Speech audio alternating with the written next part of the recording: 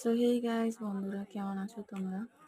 আশা করি সকলেই ভালো আছো। যেহেতু আমার ভাইয়ের বিয়ে, তো একটু তোমাদেরকে দেখানোর চেষ্টা করলাম ভিডিও বানিয়ে।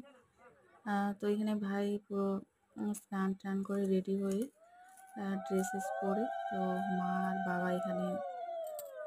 বাবা এখানে বরণ করছিল ভাইকে। কারণ এখানে বরণ করার পরে কিন্তু পুজো আর কি, পুজো দিতে যাবে ঠাকুরদেরকে। তো আগে তো ভাইকে এখানে বরণ করে নিতে লাগবে, আর তারপরে ঠাকুরদেরকে যেতে লাগবে আর কি পুজো দিতে।